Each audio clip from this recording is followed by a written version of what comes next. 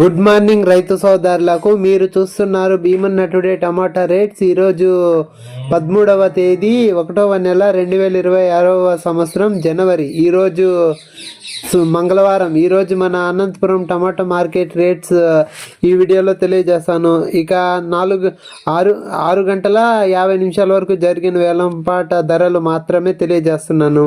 ఇక మన Anantapuram total stock తీసుకుంటే కనుక 1,50,000 ప్లస్ బాక్సెస్ 1,50,000 ప్లస్ బాక్సెస్ వచ్చింది.